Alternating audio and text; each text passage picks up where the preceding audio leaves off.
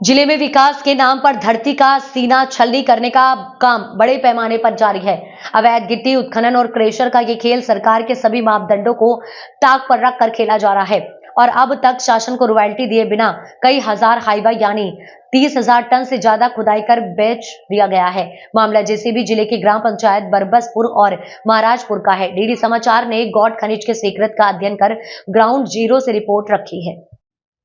जिले में विकास के नाम पर धरती का सीना छलनी का करने का काम बड़ी तेजी से जारी है और यह काम कोई और नहीं बल्कि उत्खनन करने वाले गिट्टी उत्खनन करने वाले ठेकेदारों द्वारा किया जा रहा है। हम इस वक्त उस खदान से लगभग 800 से 900 मीटर दूर पर खड़े हैं। ये वो जगह है जो एमसीबी जिले के महाराजपुर ग्राम पंचायत का दर्री टोला ग्राम कहलाता है। मेरे पीछे आप देख सकते हैं ये एक पोकलैन हालांकि बहुत दूर है, ये आपको दिखाई दे रहा होगा। उसके पीछे एक गिट्टी की खदान है और उससे सटे हुए लगभग 4 से 5 गिट्टी की खदानें हैं, जो कि माइनिंग और पर्यावरण के हिसाब से देखा जाए तो मात्र 2 गिट्टी खदानें संचालित है जिसकी लीज एरिया मिली हुई है। लेकिन यहाँ पर लगभग 4 से 5 ठेकेदार मिलकर इसका उत्खनन कर रहे हैं और वो उत्खनन कर रहे हैं जो लीज एरिया है, उस लीज एरिया से बाहर जाकर उत्खनन करने का काम लगातार कर रहे हैं और लगभग आज तक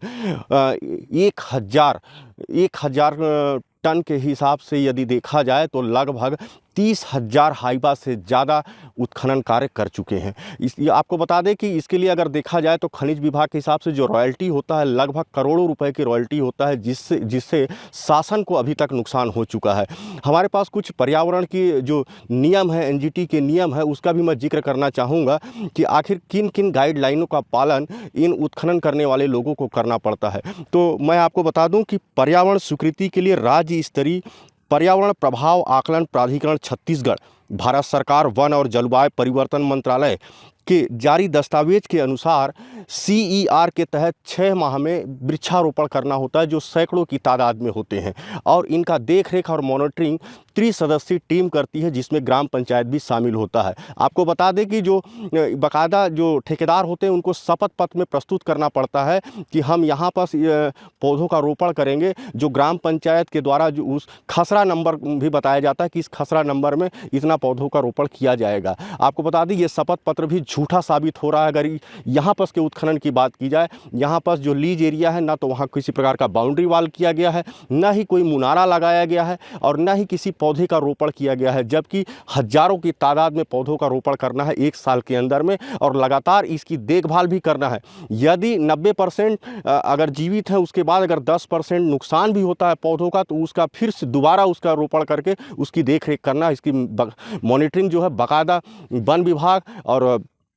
आपके ग्राम पंचायत के जनप्रतिनिधि के द्वारा किया जाता है। एक चीज़ और मैं बताना चाहूँगा आपको कि CER के तहत 2% खर्च जो करना होता है वो स्कूलों के लिए खर्चा करना पड़ता है। स्कूलों की सुविधाओं के लिए खर्च करना पड़ता है। इसके साथ ही आबादी क्षेत्रों के लिए भी इनको बाकायदा स्वास्थ्य कैंप लगाना पड़ता है, जिसका पालन यहाँ पर नहीं किया जा रहा है। इसके साथ एक चीज़ मैं और भी बताना चाहूँगा कि जो परिवहन खनिज का परिवहन किया जाता है उसको बाकायदा गाड़ी के ऊपर ढक के परिवहन करना होता है, लेकिन इसका भी पालन यहाँ पर नहीं किया जाता है। इसके साथ साथ ही जो धूल और डस्ट का जो पोल्यूशन होता है उसके लिए भी बाकायदा जल का छिड़काव किया जाना होता है, लेकिन इसका भी पालन यहाँ पर नहीं किया जाता है। कुल मिला के अगर देखा जाए पर्यावरण की जो स्वीकृति होती है इन